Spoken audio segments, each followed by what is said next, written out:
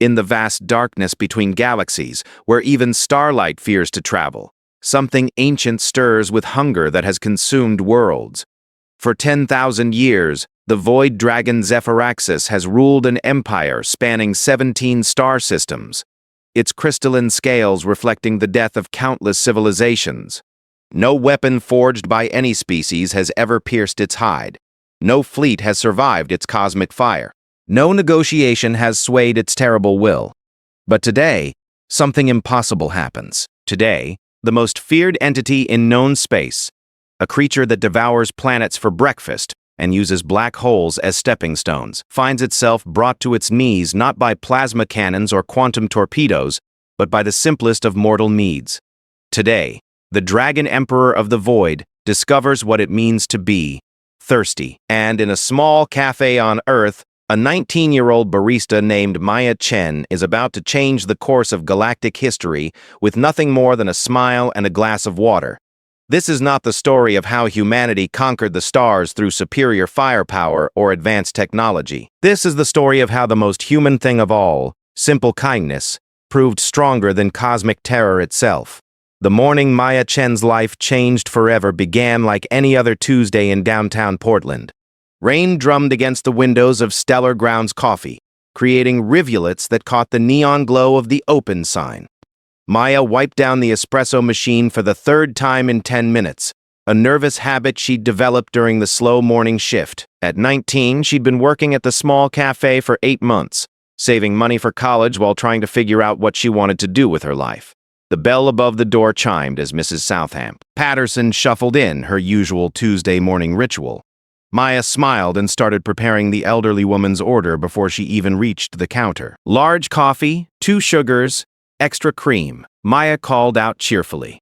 "You're a treasure, dear," Mrs. Celeste Patterson replied, settling into her favorite corner booth with today's newspaper. The familiar rhythm of the morning routine should have been comforting, but Maya felt restless. She'd been having the strangest dreams lately, visions of vast star fields, alien worlds, and something massive moving through the darkness between stars. The dreams felt more real than her waking hours, leaving her with an odd sense that something momentous was approaching. She shook her head, dismissing the thoughts as pre-college anxiety. Outside, the rain continued its steady percussion against the windows. 17,000 light-years away in the command throne of the dreadnought Eternal Dominion, Zephyrexis the Void Dragon was dying. Not from battle wounds or the touch of time. Dragons like Zephyrexis existed beyond such mortal concerns. The massive creature, whose true form stretched nearly a kilometer from snout to tail, had ruled the Andromeda periphery for 10 millennia without showing a single sign of weakness. Its crystalline black scales had turned aside planet crackers. Its breath weapon had sterilized entire solar systems. Fleet admirals from a dozen species had knelt before its terrible majesty, offering their homeworlds in exchange for quick deaths. But now, curled within the biomechanical fusion of flesh and technology that served as both throne and life support system, Zephyrexis felt something it had never experienced before: need. The sensation had begun 3 solar cycles ago as a minor irritation, a barely perceptible dry sensation at the back of its massive throat. Dragons, being creatures of cosmic energy and stellar fusion, rarely concerned themselves with biological functions. They sustained themselves on the raw power of stars, the gravitational forces of black holes, the quantum fluctuations of space itself. Yet the dryness had grown. By the second cycle, it had become a constant awareness, like a grain of sand in an eye that could perceive entire galaxies. Zephyrexis had dismissed it as a temporary biological quirk, perhaps a side effect of its recent metamorphosis into a higher dimensional state. By the third cycle, the sensation had become undeniable. The Void Dragon, terror of 17 star systems, conqueror of the hegemony wars, destroyer of the crystalline collective, was experiencing what lesser beings called thirst. Lord Emperor.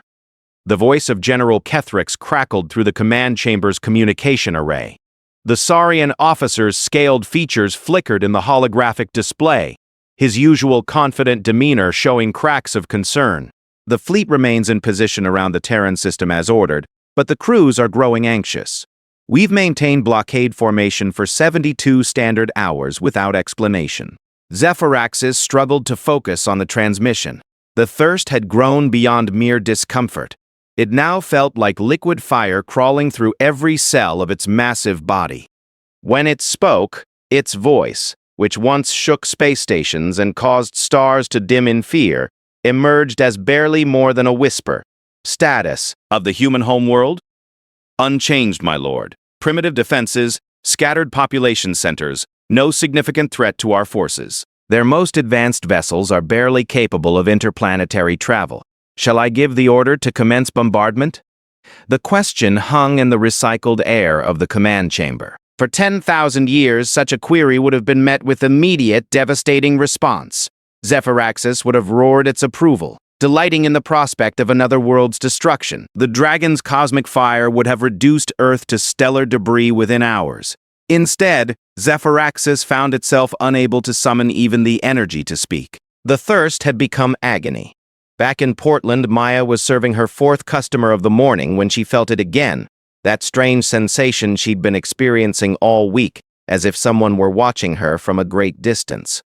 She glanced around the cafe, but saw only the usual collection of early commuters and coffee regulars. The feeling had grown stronger each day, accompanied by increasingly vivid dreams. Last night she dreamed of something vast and dark, something that moved between stars and left emptiness in its wake.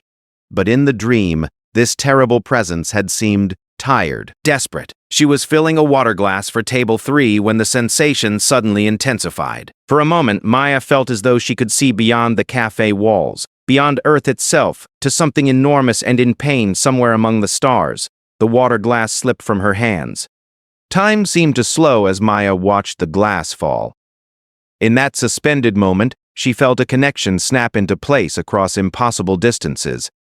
A bridge between her small world and something infinitely larger. The glass shattered against the floor, but Maya barely heard it. She was listening to something else entirely. A whisper that came from everywhere and nowhere carried on cosmic winds across the gulf between stars.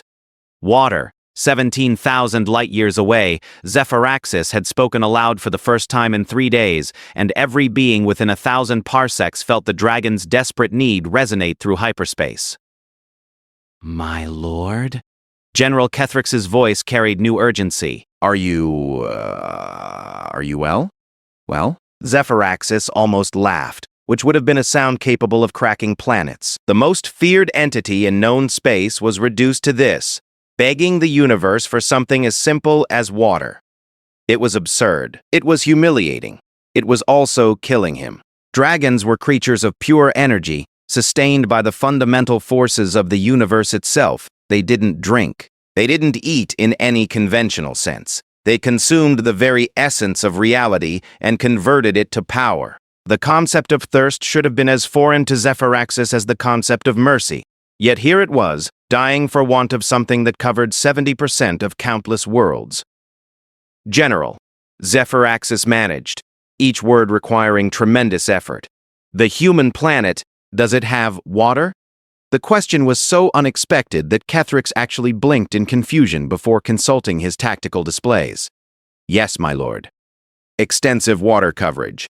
Oceans, rivers, atmospheric moisture. Standard H2O composition. Why would you reconcile, bring me to the surface?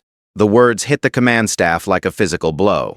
In 10,000 years of conquest, Zephyrexis had never personally descended to a planetary surface. The Void Dragon fought from the vacuum of space, wielding cosmic forces that would sterilize continents. To suggest that their lord and master would actually set foot on a world was tantamount to suggesting that stars might forget how to burn. My lord, Kethrix said carefully, perhaps we could simply harvest the water and bring it to you. There's no need for you to personally... No. The single word erupted from Zephyrexis with enough force to overload several communication arrays throughout the fleet. Despite its weakened state, the dragon's fury was still a terrible thing to witness. I will go myself. Prepare the descent. As the command crew scrambled to obey an order that went against everything they understood about their master, Zephyrexis closed its massive eyes and tried to comprehend what was happening. The thirst wasn't just physical, it was metaphysical, spiritual, touching something deeper than the dragon's material form. Something was calling to it from the blue world below, promising not just relief but something even more precious: understanding.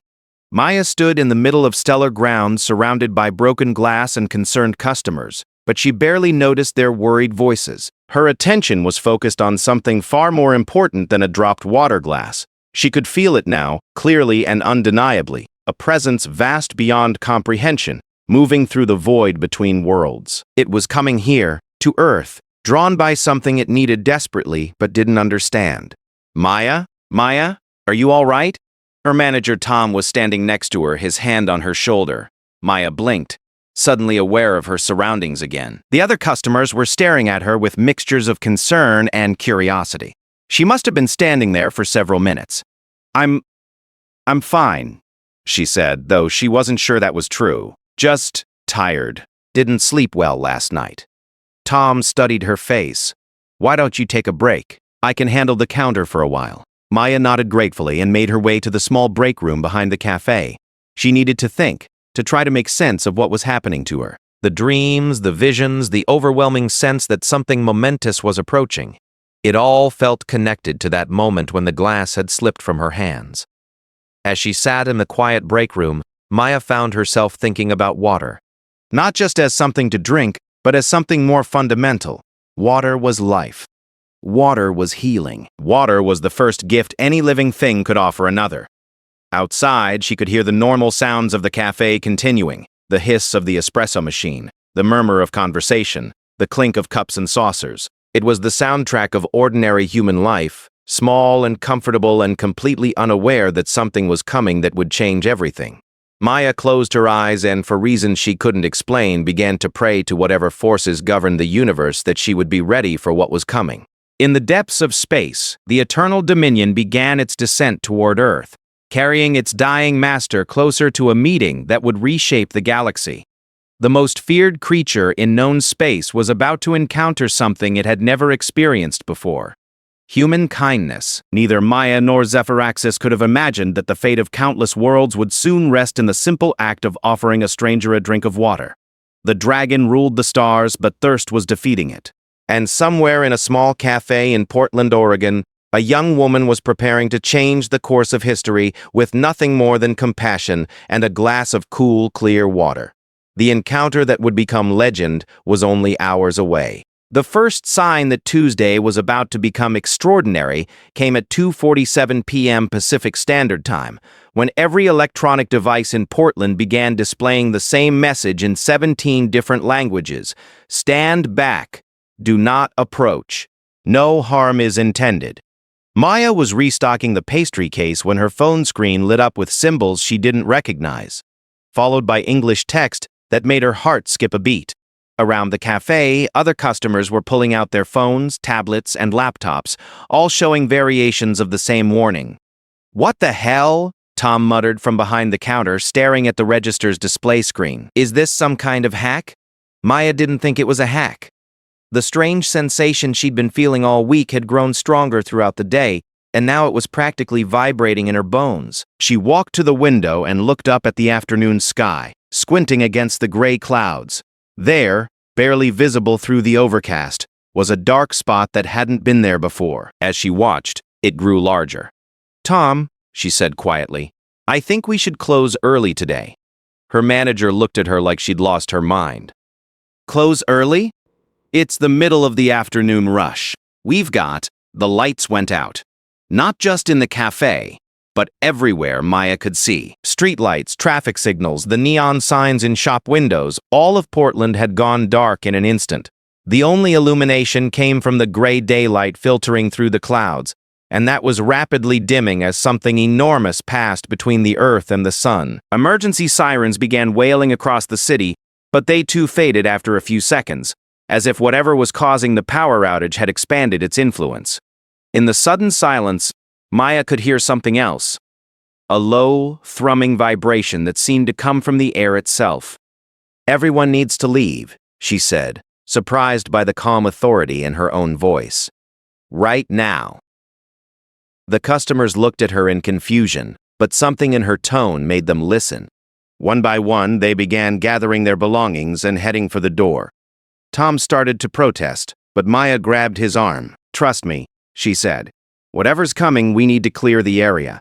Through the cafe window, Maya could see people emerging from buildings up and down the street, all of them looking up at the sky with expressions of awe and terror.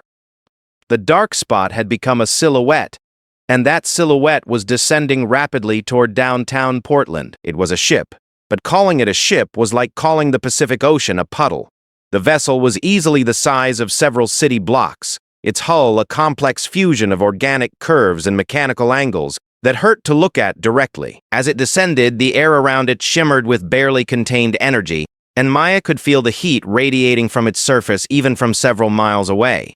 The last customer hurried out of the cafe, leaving Maya and Tom alone with the approaching impossible. "Maya," Tom said, his voice barely a whisper, "what is that thing?"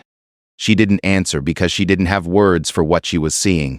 The ship had slowed its descent and was now hovering approximately 3 blocks away, its massive bulk casting the entire downtown area into shadow. Portions of its hull were shifting and reconfiguring themselves, creating openings that glowed with internal light. And from the largest of those openings, something was emerging. Maya's first glimpse of Zephyrraxis the Void Dragon nearly drove her to her knees. The creature was impossibly vast, its serpentine form stretching nearly the length of the ship that had carried it. Crystalline black scales caught and reflected light in patterns that seemed to exist in more dimensions than Maya's eyes could process. Wings that could have sheltered entire neighborhoods spread wide, their membranes crackling with energy that made the air taste of ozone and copper. But what struck Maya most wasn't the dragon's size or power. It was the visible suffering in every line of its massive body. Zephyrraxis descended slowly, clearly struggling with each movement. The great head, large enough to swallow buildings whole, hung low with exhaustion. The wings that should have been spread in terrifying majesty were folded tight against the creature's sides, as if it barely had the strength to keep them extended. When the dragon's feet touched the asphalt 3 blocks away, the impact sent vibrations through the ground that Maya felt in her bones. Windows rattled throughout the downtown area, and several older buildings developed new cracks in their foundations. But Zephyrraxis barely seemed to notice its effect on the surroundings. The creature's massive head swung slowly from side to side, as if searching for something specific. "We need to run," Tom said, backing away from the window. "Maya, we need to run right now." Maya shook her head, never taking her eyes off the dragon. "No, it's not here to destroy anything. Not here to—" "Maya, that thing is the size of a skyscraper. It could level the entire city without breaking a sweat." "But it won't." Maya was surprised by her own certainty. "Look at it, Tom. Really look at it." Tom reluctantly turned back to the window, and after a moment, Maya saw understanding dawn in his expression. The dragon wasn't positioning itself for attack. It wasn't gathering energy for some devastating weapon. Instead, Zephyrraxis was moving like something lost and desperate, searching for something it needed but couldn't find. "It's sick," Tom breathed. Maya nodded. "Or hurt." Or— She paused as understanding flooded through her, thirsty. The word had barely left her lips when Zephyrraxis's great head turned toward the cafe. For a moment that stretched into eternity, Maya found herself looking directly into eyes the size of swimming pools, ancient beyond human comprehension and filled with desperate need. The dragon began moving toward them. Each step sent tremors through the ground. Cars were crushed under feet the size of small houses. Street lamps bent and snapped like twigs. The damage was enormous, but Maya could see that Zephyrraxis was trying to be careful, picking its way through the urban landscape with as much delicacy as something that massive could manage. "Now can we run?" Tom asked, his voice cracking. "No," Maya said, walking toward the cafe's front door. "Now I need to help." "Help? Maya, you can't help that thing." "It's a dragon. It's an alien. It's dying of thirst," Maya finished. She unlocked the cafe door and stepped outside into the shadow of the approaching creature. The scale of Zephyrraxis up close was overwhelming. Maya had to crane her neck back until it hurt just to see the dragon's head, which was now less than half a block away. The creature's breathing was labored. each exhalation creating small windstorms that scattered debris and made Maya's hair whip around her face. But she didn't run. Instead, she did something that would be remembered in songs and stories for as long as humans traveled the stars. She walked toward the dragon. Baya! Tom's terrified voice followed her from the cafe doorway, but she didn't stop. Each step brought her closer to the massive creature, and with each step, the certainty grew stronger in her mind. This wasn't about first contact protocols or galactic politics or humanity's place in the universe. This was about one living being recognizing another's need and choosing to help. When she was close enough to reach out and touch one of the dragon's feet, though she was careful not to do so, Maya stopped and looked up. "You're thirsty," she said, her voice somehow carrying clearly through the air despite the vast difference in their sizes. Zephyraxis's great head lowered slowly until it was only a few dozen feet above her. The dragon's eyes, each one larger than Maya, was tall, fixed on her with an intensity that should have been terrifying. Instead, Maya felt only compassion for the obvious suffering she saw there. When the dragon spoke, its voice was like distant thunder, but Maya could hear the weakness underneath the power. "Water," Zephyraxis whispered, the single word carrying across the downtown area and causing windows to vibrate in their frames. Maya nodded. "I can help with that."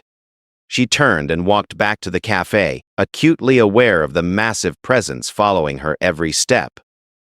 Tom was standing in the doorway, his face pale but determined. "What do you need?" he asked simply. "Every container we have," Maya said, "and access to the water main if we can manage it." Tom nodded and ran to the back of the cafe.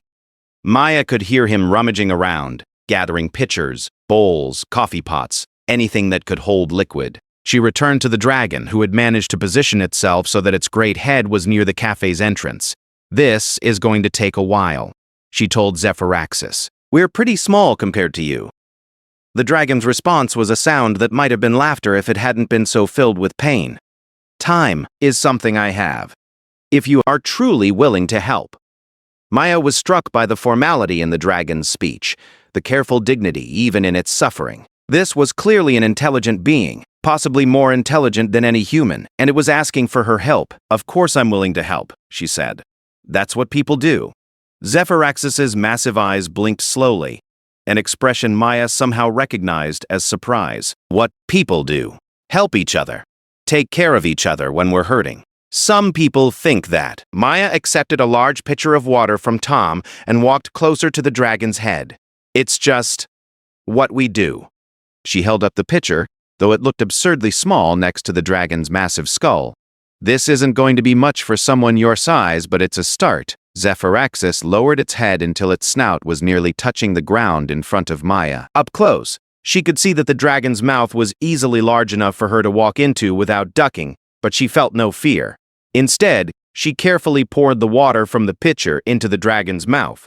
The effect was immediate. A shudder ran through Zephyraxis's entire body, and the dragon's eyes closed in what was clearly relief.